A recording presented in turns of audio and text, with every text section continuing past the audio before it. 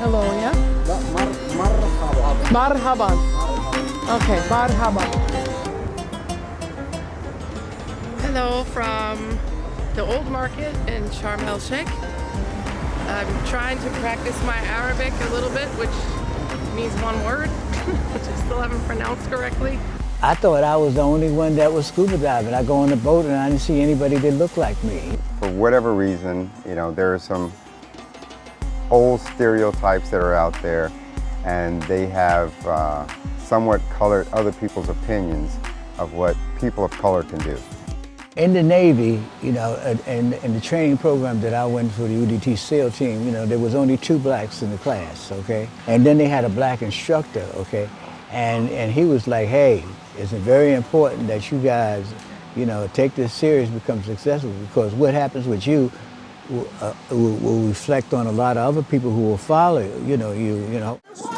I can't believe I'm here in Egypt with the National Association of Black Scuba Divers. I just got done tearing up. I'm probably going to cry again later more.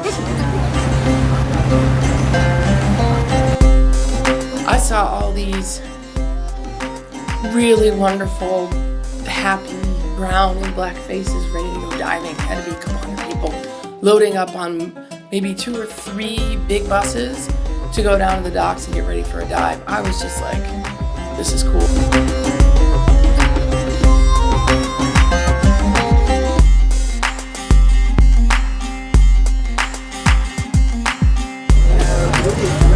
I am the only lady going on this dive. Well, I am knock it out. taking Make us proud. one for the team. For the ladies. I got introduced to diving because I was assistant aquatics director at Florida A&M University, and the local dive shop used to use our pool for confined water dives. And since we're an HBCU, historically black college university, at the time the owner came to me straight up and said, look, I'm trying to diversify my clientele, and y'all are all black and y'all can swim. If you can get somebody to sign up for class, some of your guards, I'll let you take the class for free. My name is Kamal Siddiqui. I have about 6 more weeks left into the presidency of NABs, and then I become the former president of NABs. Nowhere in the world that you find another organization like this, extremely unique, with tremendous potential and capacity. And so I just want to make my contribution in helping to realize that potential. I'm a lead instructor in Diving with a Purpose and on the board of Diving with a Purpose. What Diving with a Purpose is, we train divers, scuba divers, people who already know how to dive, to do what we call underwater archaeology surveying. They can go out on field missions with these principal investigators on actual shipwreck sites. Myself, I've investigated a number of them across the world. One is on exhibit in the National Museum of African American History and Culture. Under the museum, we work with Diving with a Purpose, worked with another collaboration called Slave Rex Project.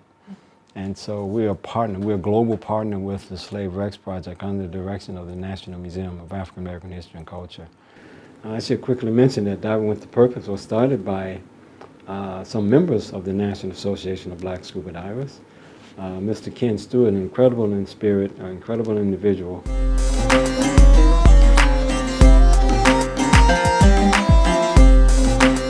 So 2 of my biggest activities that I do when I travel are snowboarding and scuba diving. And so when I do travel, I've traveled with my aunt. And for the last 2 years, that's been with NABs and NBS, so National Association of Black Scuba Divers, and then National Brotherhood of Skiers. One of the challenges that African Americans have is just the lack of knowledge and experience.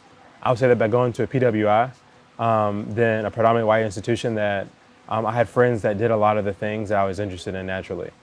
I also mountain bike. I don't know any of black friends that are open and interested in mountain bike.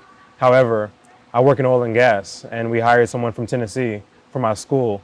When he moved there, the first thing he said is, are there other places to mountain bike?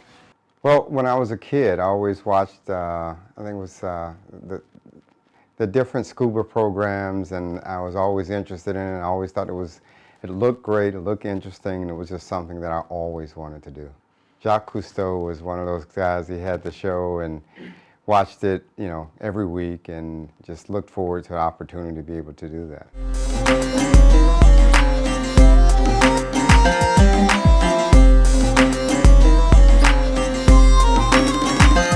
Do you feel that besides the NABs trip, I'm sure you've done other trips outside of NABs and all that, for scuba diving. So did you ever feel that you may have been received or treated differently when scuba diving not with NABs? Absolutely. It's one of those things when you walk into a shop and you start talking to people about scuba diving, they look at you and they don't normally articulate the fact that they think that you might not be, capable or are able to do this. But they make it known in some of the verbiage that they use and how they refer to, sort of like, why are you here? And, are you new at this? And the questions that they ask always indicate they're suspicious about either my scuba diving ability or the reason I'm interested and what have you. So I make a point to actually walk in the door and express to them, all the dives I've done and the places around the world that I've dove, and that I have more than 300 dives, and and I'm very capable of handling myself in the water. You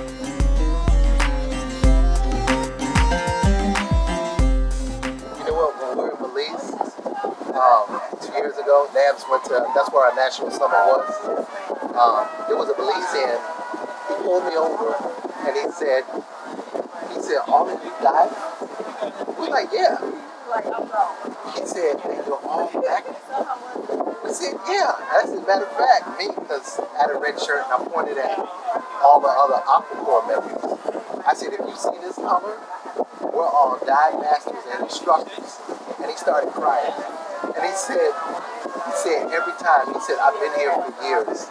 He said, "We have Germans come, we have Russians come, we have all different kind of Europeans come, and they come and they do things, but nobody ever came like you did and showed that much excellence." I said, "Yeah." And I said, "And it's all of us." I said, "It's 80 of us."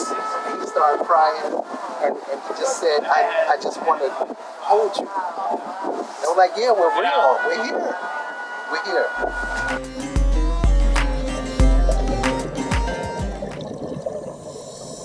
I'm the co-founder of the National Association of Black Scuba Divers, which was founded in January of 1991 as a result of an article that was published in Ebony magazine about black divers joining, going to sea and emergence on the sea. After the article and we got published, even some of the diving manufacturing companies started using black models and stuff like that within advertising their equipment, because now they begin to see the value of the black market, just like the skiing situation, And so they started, somewhat catering to, blacks and also women being minorities involved skiing. So, in the early stages of recreational diving, women had to wear men's wetsuits and stuff like that. But that all changed, started designing things in female colors. One time I did mention NABs, and I had a great dive. And I had mentioned National Association of Black Scuba Divers. I remember this white female diver, she pushed back. She said, "Why do you need anything like that?" And I said, see the way you're acting right there? That right there is why we need something like that. And yes, things have changed over a period of time. And I go into a dive shop now and everything, and they can't do enough, Even right here today, I went into a dive shop and a man gave me T-shirts, He said, "Wow, how many people you have down here?" So I said, "Hey, well, we have close to 200 people down here, So he said, "Wow, man," and they all look like us here. I said, "Yeah, yeah."